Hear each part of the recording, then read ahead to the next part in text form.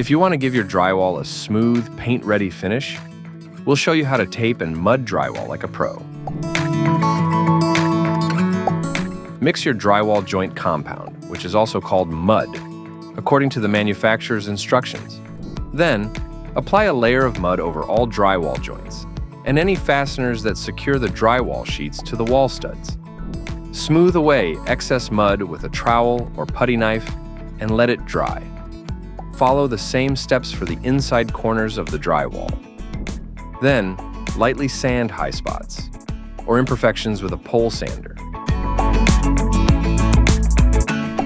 Press drywall tape firmly over the mudded joints. Smooth it with your hand, then press with a putty knife to remove air bubbles and ensure proper contact. Repeat the process until all the joints have been covered with tape. For inside corners, crease or fold the tape and press it into the corner so it fits snugly. Use the putty knife to smooth away air bubbles. Apply another coat of mud over the tape using a lightweight all-purpose compound and a wider knife or trowel to smooth it evenly. Remove excess and let it dry overnight.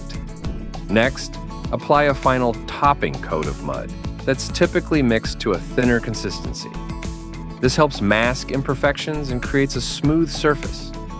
Let it dry completely.